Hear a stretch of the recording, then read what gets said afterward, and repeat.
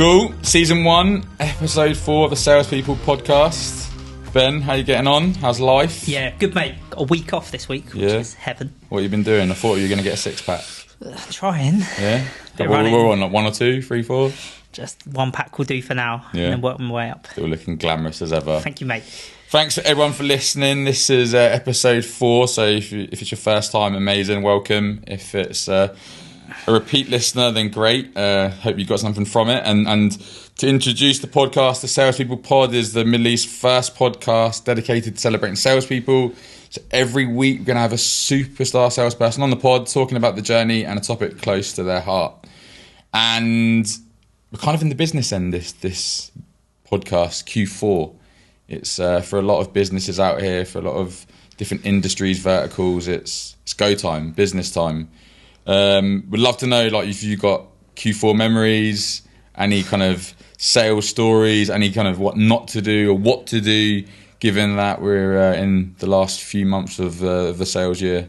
The one that sticks out for me is our first Q4. Our second Q4 at Bayzat, when I think you were leading me at the time, and we had a huge target to hit. We had loads of work to do, and we was nowhere near target, or like we had no pipeline basically walking into Q4, and it was all hands to the deck for a good 3 months, wasn't it? Yeah, that was good, bad, ugly, stressful, sleepless nights. Yeah, we got there.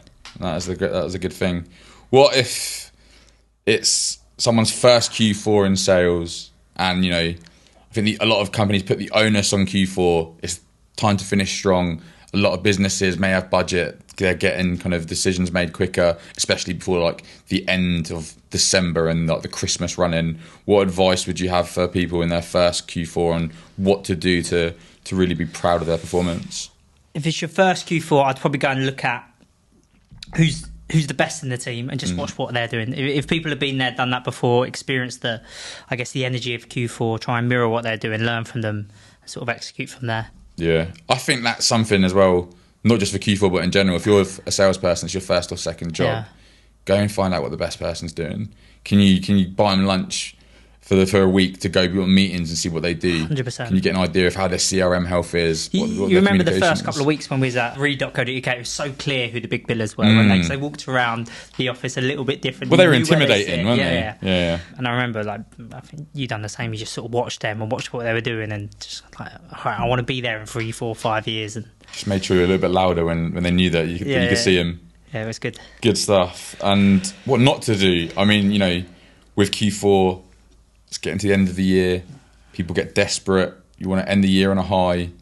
You know, what shouldn't you do, and what may be a bit pressured that you want to kind of eliminate and make sure when you get into Q1 that there's nothing lingering from a negative Q4. Yeah, like for me, one of the worst traits is like the drop of the price towards the end of the month, and like, I'll give you 20% off if you sign now. If there's no reason that the client would sign today rather than next week, on the 1st of Jan. Like if there's no need for your product, then all you've done is devalue what you're trying to sell, because on the 2nd of Jan they still might need it, and there's no way.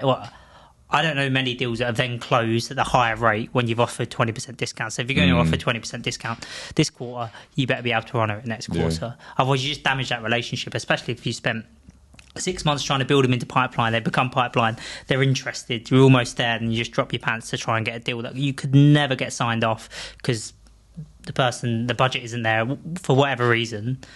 You just kill deals by doing that. One of the most embarrassing things that I ever done was in my first year at Reed, when I was on the phone to someone and literally said my pants had literally dropped to my ankles in the sales floor, and they're like, "Well, you're still not getting this deal." I was like, "Okay, pull your pants back up." I felt sorry for everyone around the sales floor, but you live and learn, eh? How do you offer value then, right? So discounting, you know, if you discount on the 31st, it shouldn't be there on the 1st, but people want to still buy. What can you do? You know, there is urgency. There are targets to be hit. There is probably external pressure and internal pressure. So what can you do to give urgency, get deals over the line, but also don't lose like credibility? I feel uncomfortable around that whole like discount to get a deal across the line, because it's all about you. So it's about them. Can you add more value? Can you add potentially more product and hold value? If I think about our time, I mentioned in Q4 at Bayzat, we just worked harder and built more pipeline. Like, say you convert an average of 20%, just get a bigger pipeline and still convert at 20%, you'll get to your target. So I'd rather put the onus on us to work harder, build bigger pipeline versus trying to close something that the only way we can close it by dropping pants or, Yeah. Moving into today's kind of episode and our guest Ayla, kind of the theme is learning and growing through sales. So not just about Q4, but in general. And the journey of Ayla is pretty cool. You don't see many people that have gone from kind of starting in quite a small business, moving up to like SMB, to then kind of start up, scale up, and then kind of journey in the corp as a leader. So like, how important is learning and growing, and what do you think salespeople need to do on their own back to learn and grow and get to a place where they feel happy and proud? And if I think about my time as a leader at Bayes, so a bit of background to that, almost everyone in the team were very, very fresh to sales. They had very limited, maybe 6 to 12 months experience. So like for me, that first 2 or 3 years in sales is really where the majority of your learning is going to happen. And if you do a good job at that for your first 2 or 3 years, the chances are you're set up to have a successful career. And I think a bit of the onus is on the business to make sure they on board and be coached and trained in the right way and have the tools to make sure that happens. But there's only so much a business can do for you between 9 and 5. So it's how do you ingrain, and the reality is some people come into sales and they've got no interest in having a career in sales, and they might be there for 2 years. So this probably doesn't apply to them. But the people that are serious about having a career in sales is like, what can we do outside 9 to 5? And there's a million podcasts and people and coaches and conversations that you can have to try and get yourself better. And a bit of it comes back to like looking at what the most successful people are doing and have done in sales and mimicking that. There's businesses out here in the Middle East where there's a lack of sales understanding. Maybe they're a product-led owner, or maybe they're kind of a non-revenue generating company where building into sales and building that sales structure is relatively raw. And you may be going into a role where you're figuring it out with a leader, or you're figuring it out maybe on your own as someone that's there to sell a product, which then grows, and then you build out that infrastructure of seniority. So if there is a lack of structure, or if there is maybe no structure in a sales role, what could you do? What do you think would be like the top advice and tips to say that you can get a sales function moving without that kind of lack of experience, or being maybe on your own or part of a small company?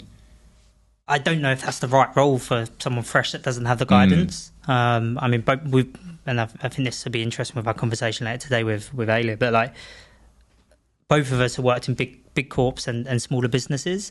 I think I would have struggled in a startup without the experience from the big corp, especially if my first role in sales, I didn't have a leader that knew what they were doing.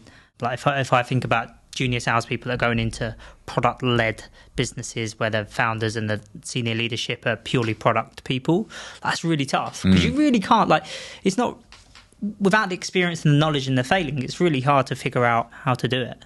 There's not a clear blueprint that a business can just copy from one business to the next, because all products are different. It's that willingness to fail and fail quick, and learning what works, what doesn't, like we spoke about modes in previous podcasts, and what's going to work with your stakeholders, what's going to work in terms of demo, product, cadence. But I think it's really hard for a junior salesperson to then sit back and go, actually, you know what, this is a product issue. And I think you need to have someone a bit mature in the business to be able to sit down with maybe a product-led leader to go, look, what I'm doing is actually the right things, but this product isn't going to sell, and we need to develop it in the right way. Where if you bring someone junior into a startup that doesn't have a senior leader or a senior sales leader to sort of bounce off, for them to sit down with a founder that's incredibly proud of their product and go, you know what I'm doing is actually correct, it just, there isn't a product market fit. I think that's challenging. And for us personally, I think if Ayla's gone on this journey where she's gone from small up into kind of enterprise, we've done it the opposite. We went from enterprise to kind of the smaller businesses or the startups, and then founding our own business. So what have you taken from Reed 13 years ago that you've got today, and what do you see was kind of pivotal in taking that big company experience to where we are today? I mean, just caring for your junior and graduate hires. We were so lucky. And it was luck, right? Neither of us knew we was joining a company that was going to set us up for success. we just got lucky. We interviewed with loads of people. We happened to be a couple of the guys that got the job. We didn't know what we didn't even know what sales onboarding was, right? And we just got this amazing graduate program that we went through that trained us and set us up for success. And if you look at almost everyone we started with, everyone that stayed in sales has been incredibly successful. And I put that largely down to Reed. But in terms of the structural points and the elements of Reed, think at their peak 14,000 employees. Mm-hmm.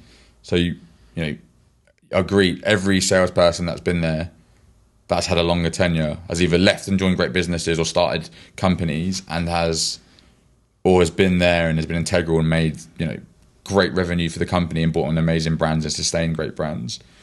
What were the key things that you took from there that you could imprint in the business, whether it was at Bayes-Out, whether it's with Kinfits & Co, or for other businesses looking out there to build something? I'm getting those first 4 to 8 weeks right I'm talking about fresh hires, right, graduates and limited experience. Getting those first 4 to 8 weeks right, where they're showing the route to success, they're onboarded, they feel valued,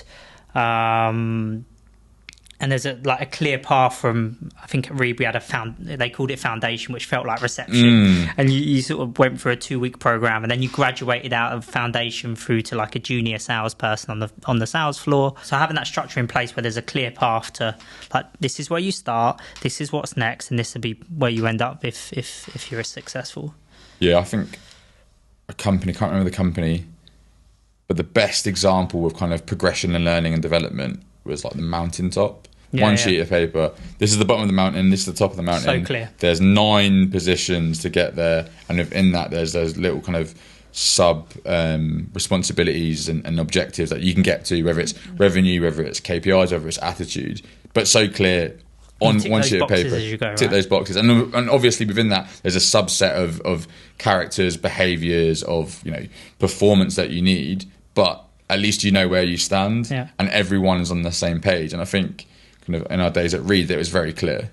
From day one, you could kind of pick up a document that would show you this is what you needed to do to get there. There was amazing training, not only in 8 weeks, but of course, I think 2 years. We always had something, whether it's once a month, once a quarter, whether it's on-site, off-site, through kind of internal coaching. And then there was performance. You knew that if you did X performance, I think it was 2 quarters. But there was also examples, right? It wasn't just this stage. It was almost this person. You could see the people going through that journey, rather than it wasn't just on paper. There was the clear evidence that it's worked before.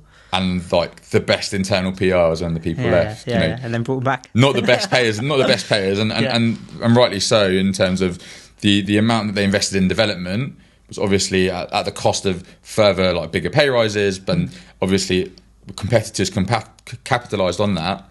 But then when some people realised the grass wasn't greener, come on. Back. I remember some of the biggest billers who were earning ridiculous bases came back, and the MD was just go on in, it's okay, don't worry, we'll look after you again. And everyone behind was I'm not sure. Before we get Ayla on, you obviously tried to, you worked with her first in Golf Talent, and then I think referred her into Bayes-Out. What was it about her that you wanted to bring across with you?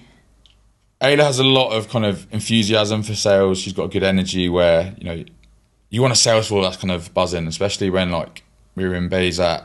There was times where you felt if certain people spoke, everyone would kind of be silent and listen, and you don't really want that. You want that because it's good learning opportunities, but you want a floor where everyone brings it together. So I think in terms of that, Ayla's great in terms of bringing that energy. She was very kind of, she wanted to learn, she wanted to listen. She knew that she has some great strengths, but she also has areas where she can improve, and she was more focused on the areas that she can improve. She's got these great strengths, she's great with clients, she's great at communicating, she's focused, and she then just had all of these other areas where she could develop, and she's just good to work with as well. Like fun. Sales can be really difficult, really monotonous, and we had a laugh and we hit target, had a laugh, enjoyed each other's time inside and outside of work. So it's just a person that you'd want to work with. Cool. Should we get one? Let's do it.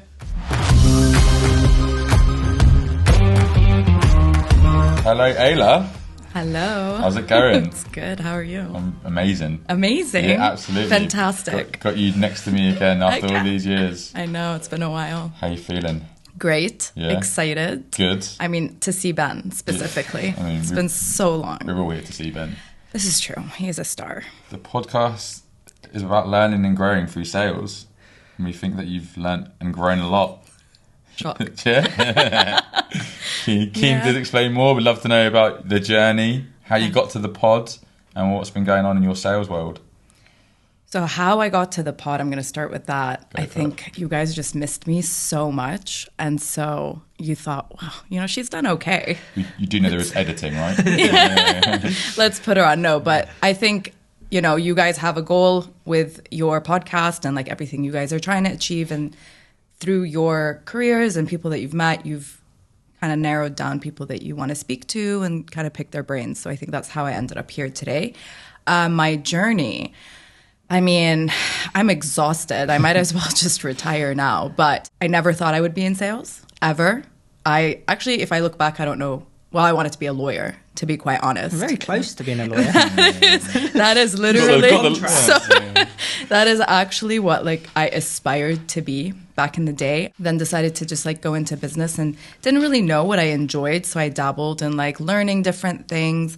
Once I landed in sales, I realized there's a lot of things that you can learn and do in sales versus just the aspect of selling.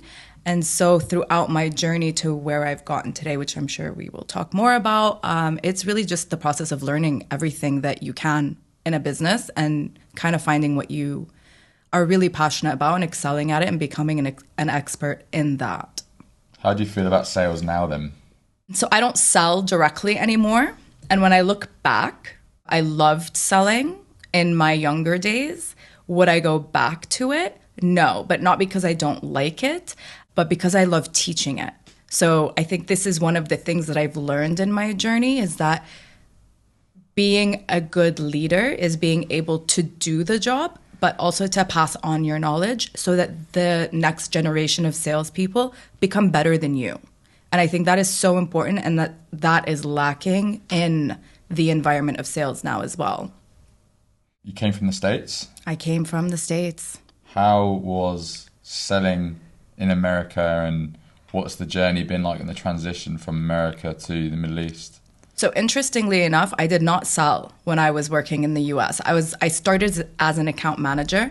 And what's actually really funny is when I moved here, I had this idea of account management from the US. Now, mind you, obviously bigger organizations probably have the sales structure of sales and account management that we know it to be now.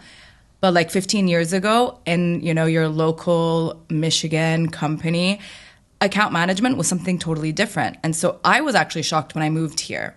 But account management then was more like you're assigned to a salesperson. I'm assigned to Ben. I am basically Ben's do everything for me. So he is out selling. He's on the road. He's never around. He's never in the office. I barely see him.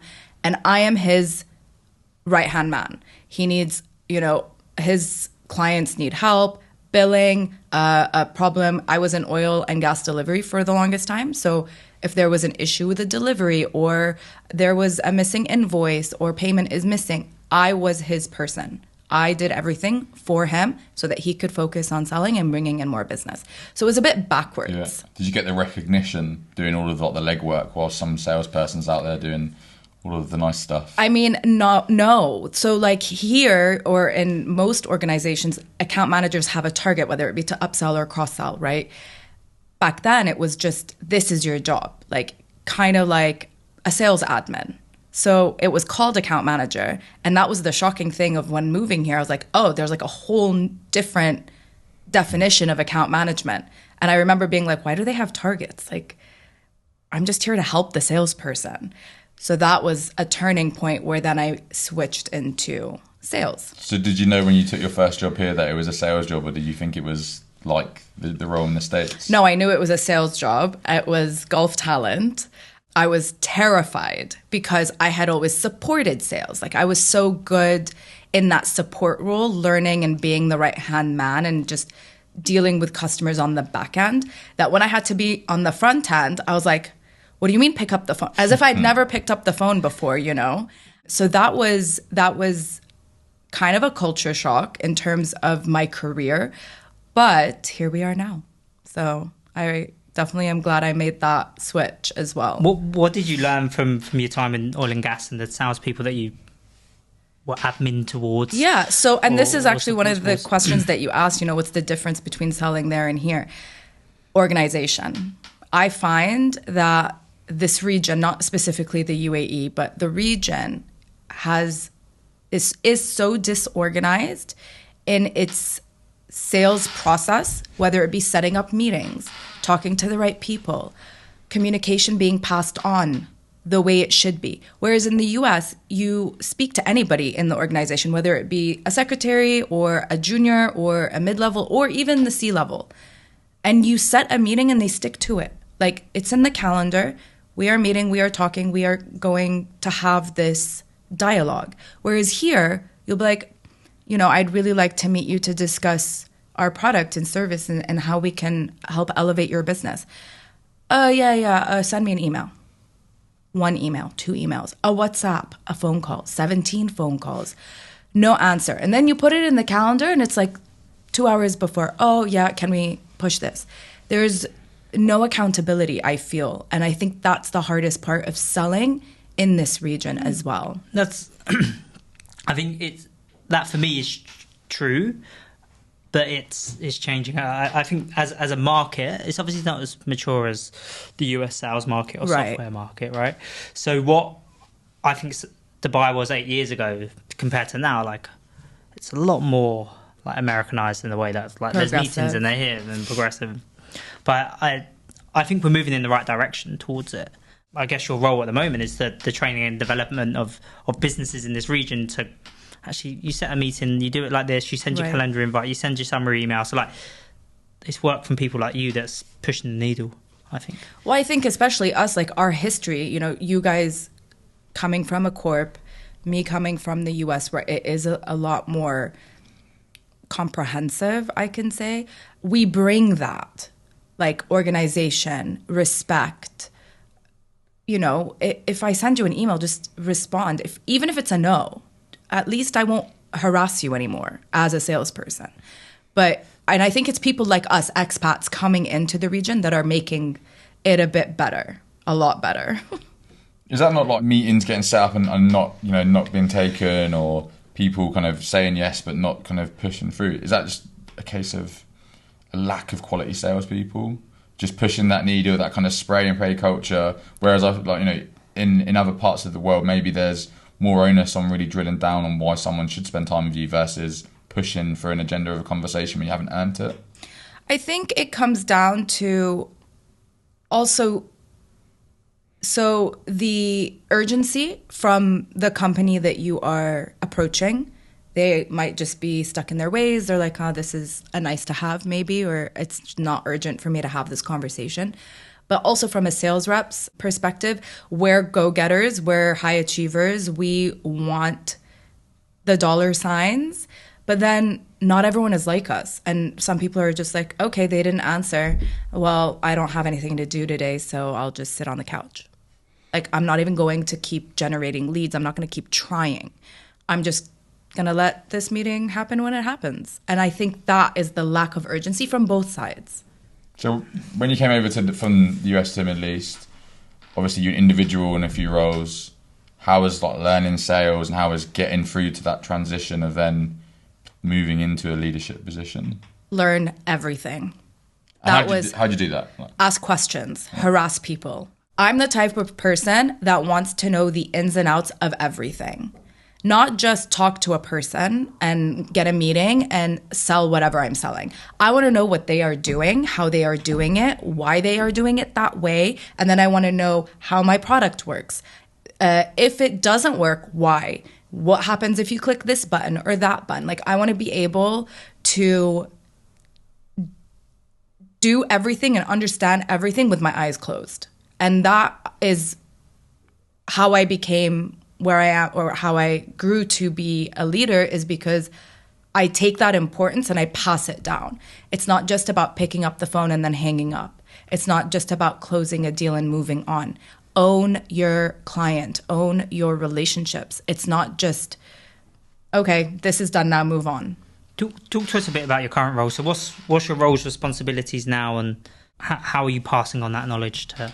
So I manage a team of 14 people, and it's split into 3 teams. So I've got my new sales, I've got my renewals, and then I've got my engagement team. All reporting to you? All reporting to me. And each team obviously has a different role. So the new sales is going out and trying to get new customers, new suppliers. I work in procurement, and what we offer is a online portal for bidding purposes to work with Dubai government. And ultimately, the new sales team is selling subscriptions to the portal so that they can participate in these bids. Renewals, obviously, current customers renewing them. And engagement is hand-holding, training, teaching, assisting any onboarded supplier, and also the buyers if they have any questions with using the system. So one of the most important things that I did when I came into this role is I realized there was no structure. There was no sales force. But to add some context, like you're working for a really big international business, right? Right. So Jagger as a company is a procurement solution provider. Dubai government uses our portal to do their procurement, right? So my team specifically works for the Dubai government access. So it's not just like on a larger scale, a company like, let's say you guys needed a procurement solution, right?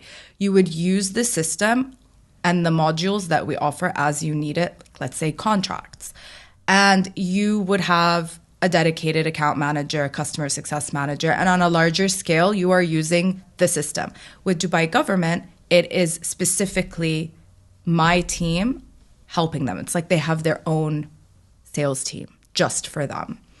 And so, yeah, like I came in and I realized, the team doesn't really understand what is a cadence. What is it? If someone has a question, answer it. Like, don't just read the email and be like, oh, they can't log in. No, like, help them. You know how to log in, help them. They forgot their password, teach them. So I split the team up in a way that everyone has very specific responsibilities, and they've nailed it. They learned something. They grew out of their shells. They realized that it's not just pick up the phone, hang up. You can have a personality. You can talk to the customer or the supplier and be yourself. And they would hear me sometimes talking and they would laugh like, oh, you just talk to them like that? I'm like, I'm a human, they're a human. Build a relationship. That's how they're going to remember you if they need there's anything. So much in that, and like just being authentic. Right? Yeah, I think a lot of people in sales try and be something else. I think just that is the one thing I learned, like in transitioning from someone who had never sold to being really good at my job. Because not gonna lie, I'll be a little cocky here, but I think we all know that while I was at Beza, I was pretty active and quite good at talking to people, meeting clients, and demoing, the HR solution at the time, right? And I think the biggest thing is you go in and you have to have that flair of yourself. And it's not like I am here to tell you what this is. It's like, let's have a conversation. Let's laugh. Have you ever joke around? People are people. We're so stuck in work mode all the time that we're already self-stressed. It's nice when you can get out and like talk to someone for that hour meeting or whatever and learn something or laugh. You've either got a solution or you haven't, right? Right. You either need it or you don't. Yeah. But if I can have like that one positive meeting with someone where they remember me in the future, great. What was the impact of the amount of change you had to make? So, with every bit of change, some people can embrace change, understand the rationale, but some people are afraid and are adverse to change. It felt like what you had to do was get people to start probably doing a lot more kind of activity, learning and understanding. I'm assuming a lot of people would have loved that because they'll be better at their jobs, but some people, there's a lot more workload, a lot more emphasis on their jobs that they probably never had. So what was the impact that you made positive, negative, and different? I honestly think the fact that I'm so chill and so easygoing, I'm not like a top-down manager. I'm not like, do this or you're in trouble. It was more like, guys, this is to benefit you. You're going to do better and have better relationships and even make more money, you know, ultimately. So I think it was my personality and like my kindness. I know, strange, right? But my kindness. I have grown a lot. I have grown a lot since you knew me back then. But I think allowing them to feel comfortable, also to ask questions. All of the previous managers were very top down. I mean, like stories I've heard were shocking that adults were treated this way. So I think that was the biggest thing, is allowing them the space to really be themselves, ask questions, talk, do what they need to do, help them be like, okay, yeah, this is now part of my role and I actually enjoy it. It's not going to make or break me, you know, but it's going to make me really ultimately. And if we spoke to the team one-on-one and asked, what's Ayla like to work with and what's her leadership style, what do you think they'd say? Best manager ever. No, genuinely. Like, I have it written. I have it said to me multiple times. But why? Why are you the best manager ever? Because I honestly let them be themselves, and I don't lead by fear. I'm not there to scare you. I'm here to help you. And they're people, right? Some people, I feel like I'm part-time therapist, part-time boss, part-time friend.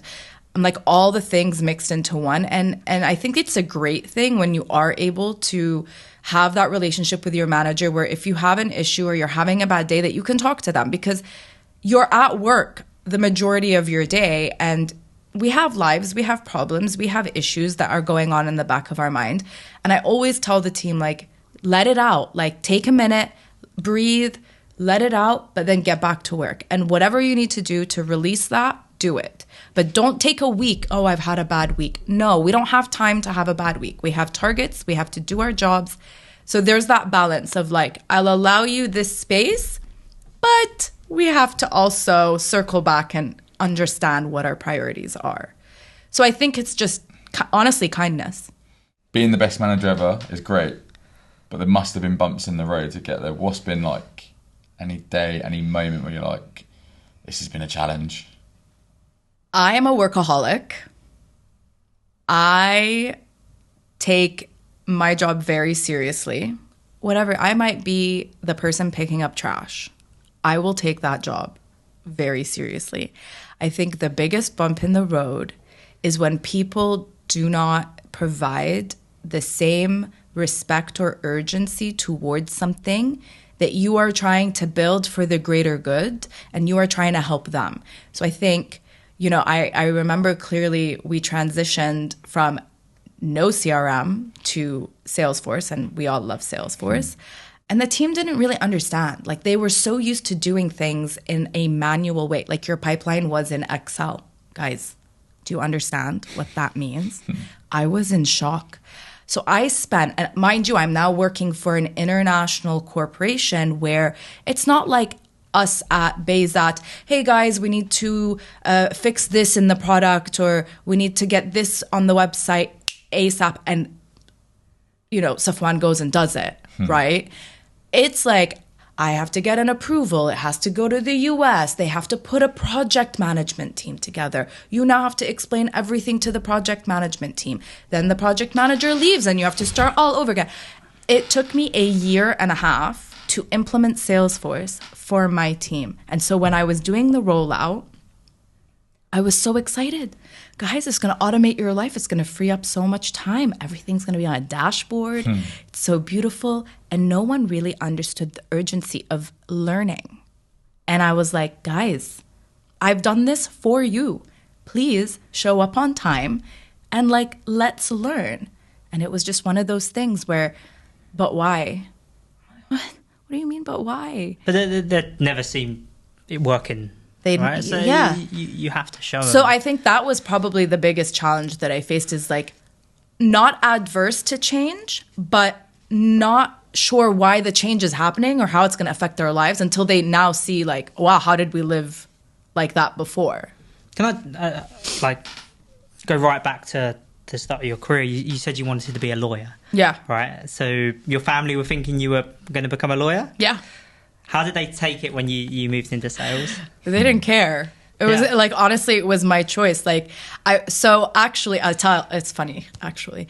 So I graduated high school, moved to the US, and I didn't really know like what classes to take. Because in the UK, you want to go to law school, you go to law school like straight away. Whereas in the US, you go and you do like your intermediate, like introductory courses, in like your first semester. There's always like, you got to like get an idea of everything, where you have to take a math class, you have to take a bio class or whatever, psychology. So I did my first semester and I was like, I want to be a lawyer, right? Like in my head, I'm like, anyway, in my last 2 years, I start focusing on the law stuff, and then you take the LSAT and then you go to law school. There's no like 3-year program like in the UK. So I was like, okay, I'll do criminology and psychology. Criminal lawyer, right?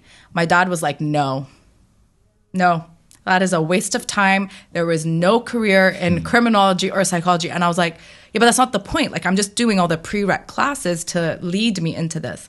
He's like, no, not doing it. I'm like, okay, fine, business. So I just went into business. And a natural step into sales from there. Yeah. I didn't really know. Like, I remember at one point I was like, oh yeah, marketing. Marketing is so cool. Everyone was talking about marketing. Oh my God, marketing is not for me at all. I honestly don't know how people do marketing. That, and you know what shocked me as I grew older? I used to laugh at people in HR, like people who were studying HR. I'd be like, cop out. Like, the easiest part of business. Absolutely not. I respect people in HR so much. I think people management is one of the hardest things I've learned as a leader as well. And what about, before we move on to part 3, we're in the business end of the year, Q4. I'm sure you've got targets, budgets, so getting kind of to the business end as well before they get re-released next year. What are you saying to your team at the moment? How are they getting on in Q4, and what's the advice for them to really crush it and finish the year strong? Don't give up, guys. Yeah. Like, don't give up. Every day is a new day. If you didn't get the responses that you wanted to get yesterday, it's okay. Today is a new day. And it's not, for me, it's not necessarily Q4, Q1, Q2. For me, it's every month. Every month you reset. It doesn't matter. Like, you have an ultimate target. You know what it is. It's your responsibility, right? I'm not here to mother you. The only thing I can do is motivate you. So it's just that constant, like, positive energy that you're giving everybody. Like, okay, you didn't do so well last month. It's fine. It's not fine. We all know it's not fine. but it's fine. Let's refresh, reset. Let's move past it. Let's not dwell on it, and let's continue. And it's just that constant reminder to hustle, hustle, hustle, and just keep going. Every day is day zero. Every day is day zero. Get a second chance, second bite of the cherry. You are the CEO of your own space. You go. Very good. Cool. Let's go into part 3. Thank you so much for that. We'll do some quick fire, some playbook, and we'll wrap up. Part 3. Here we go. On the home straight. We're going to do some quick fire questions. So, sales-related questions, give your first answer, a couple of sentences as a rationale. Okay. And then we've got a little playbook surprise question for you, and we'll get the hell out of here. Cool. I'll start. Cold calling or hyper-personalised emails? Hyper-personalized emails. Cold calling frustrates me, so I don't want to get angry. Might as well just... What about for the team? Send the email. Both. For the team, I have a cadence structure for them. You know, one day focused on maybe emails, second day on calls. Emails, calls, emails, and I have it all written out for them. Cool. Community building or networking? This is a tough one. I'm torn. At the gym, community. At work, networking. Okay. Any reason why you wouldn't do a bit more community-based in the business? You meet a lot of people. I'd rather just have like those quick connections, and then if someone sticks, like, cool, but they're not going to be forever. Okay. Long sales cycle or short sales cycle? Both. I treat them the same. There's no difference to me. You got to pick one, putting you on the fence. Oof. Ugh. Short. Why are you edging short? Because the majority of my career, the products I was selling don't require a long sales cycle. It doesn't need that much thought into whether you want the product or not, or the service. So yeah, like make a decision, or like, as they say, shit or get off the pot. Enterprise or SMB deals? And you've done a bit of both? I've done a bit of both. I'm going to go with SMB. Again, most of my career is that short, quick, doesn't need like a massive integration. Cool. You working weekends, or are you fully switching off? Weekends. Workaholic. Terrible. It's so bad. Like every weekend? Every weekend. Yeah. I have not taken a day off since I worked at Bezat. Genuinely. Wowzers. Yeah. Like ever since I've been in leadership. Office or remote? Remote. Without? Yeah. What about for your team? How do you run a successful team remotely? So I talk to my team every day. Yeah. Right? Like I'm very hands-on. I know we love the sales floor and the banter and this and that, but it also can get a little bit overwhelming. And I think after COVID, you just became more productive in your own space and that quietness, that now I actually also feel that like noise. Like I just would be like, shh, and it's not fair, right? So we do twice a week, and sometimes I think that's too much as well. But no, I mean, I prefer remote, but yes, we do. Like I do love seeing the team, and I love getting us together. We have potlucks, we do breakfast whenever we do see each other, just because it is important to have that relationship as well. But even they prefer to work remotely. How do you switch off? I don't. At all? Mm-mm. Ever. Gym? So that's like more of a reset. Like every day I wake up, and if I don't go to the gym, I'm going to have a bad day. Best bit of sales advice you've received? So, photo. This is the best sales advice I received. When Liam was leaving, well, first of all, Liam is the one who taught me how to sell. My first job ever.